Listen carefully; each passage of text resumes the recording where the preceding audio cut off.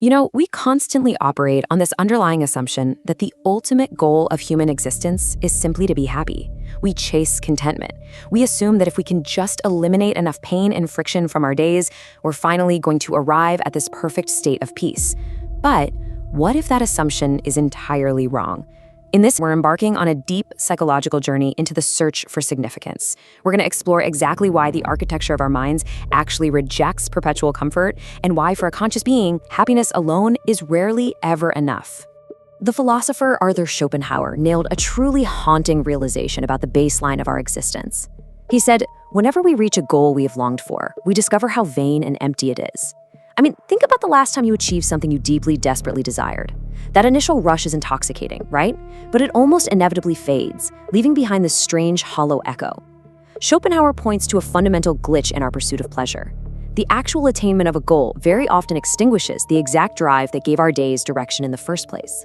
So, if happiness is the goal, why does it rarely feel like enough? When we strip away our daily distractions, our phones, our routines, our entertainment, we're left with this creeping suspicion. A life spent merely maximizing comfort and minimizing pain is missing a crucial, deeper dimension. To really understand this void, we have to examine the biological and philosophical reality of what it actually means to be awake in the world. Section 1. The burden of consciousness.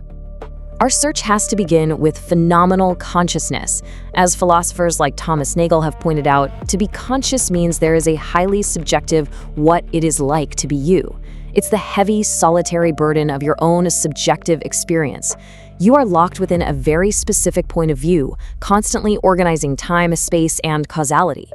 Just being aware isn't passive. It's an incredibly complex, active state of navigating reality. And this consciousness of ours isn't static. It's deeply emotional and highly reactive. An emotion is actually a rapid, synchronized cascade of biological events. An external event triggers an evaluative appraisal, which instantly fires off a physiological response, like your heart racing. That creates a phenomenological feeling, an expressive display, and finally, a behavioral action tendency. Emotions are primal signals, evolutionarily designed to drive us to move and ultimately to survive. Because of this biological wiring, pain carries an intrinsic negative motivational force. Our consciousness is literally shaped by struggle. The sensation of pain is designed by evolution to be intensely unpleasant, specifically so that it forces us into motion. Our biological baseline just isn't passive comfort. We are organisms built from the ground up to react to, manage, and overcome challenges. Section 2. The illusion of happiness. So, if our minds and bodies are fundamentally built to navigate struggle, what happens when we try to strip all of that away? Consider the philosopher Robert Nozick's famous experience machine. Imagine a hypothetical reality, a machine you could plug your brain into that guarantees you pure, unbroken pleasure. But it's entirely simulated. You would feel perfectly happy, but you wouldn't actually be doing anything real. Would you plug in for the rest of your life? Most philosophers argue that this sounds completely meaningless. We don't just want the internal feeling of happiness, we desperately want our experiences to be grounded in genuine reality. This sets up a stark contrast between two entirely different ways of viewing a good life. On one side is hedonism, which focuses purely on subjective contentment and the pursuit of pleasure.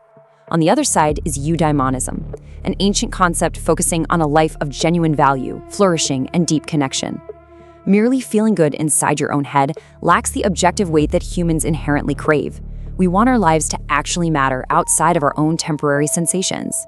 Section 3, the architecture of identity. If happiness and fleeting pleasure aren't the final answers, we have to figure out exactly who is experiencing this reality. We have to ask what philosophers call the characterization question. Which properties truly define who you are? Personal identity isn't just the fact that you walk around in a physical body. It's about the properties to which we feel a special sense of attachment, the traits that define you as a person. Our sense of self is not a given. It's a really fragile, complex architecture that we have to actively construct and maintain over time. And this fragile identity is stretched across a massive timeline. We carry years of heavy memory from our past. We experience the world in these brief, fleeting seconds of immediate awareness in the present, and we project decades of anticipation and survival into our future. This creates our stream of consciousness, a continuous flow from the weight of our past directly into the sheer uncertainty of our future.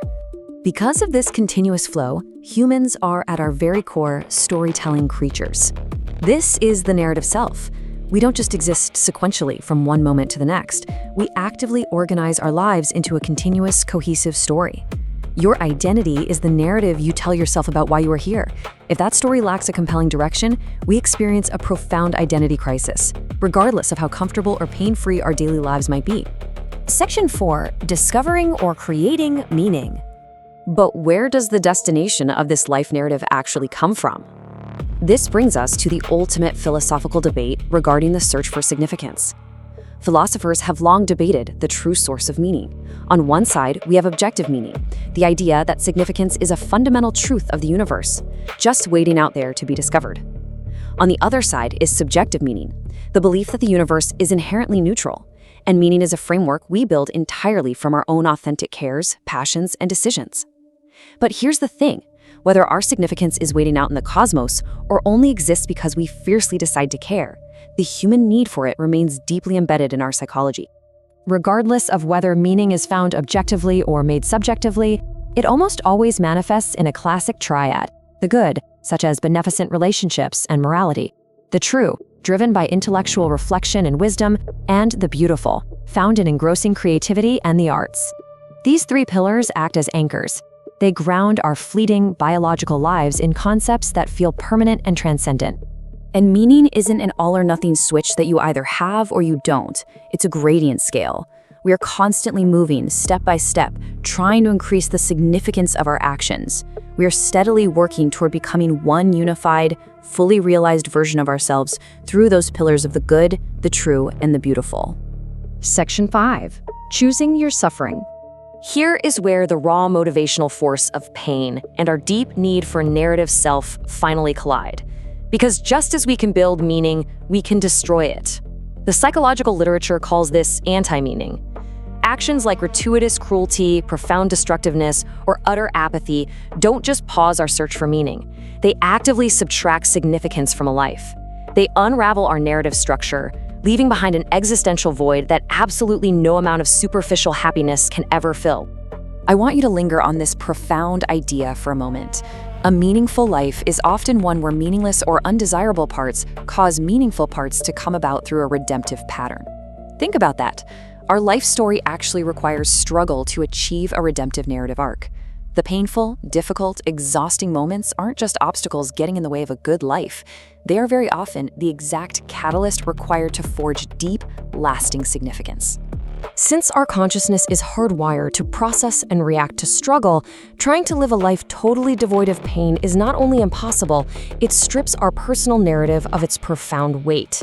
A meaningful life is built not by avoiding suffering, but by choosing what is worth suffering for. So the ultimate question isn't how to be happy, it's what narrative are you willing to endure the pain to write?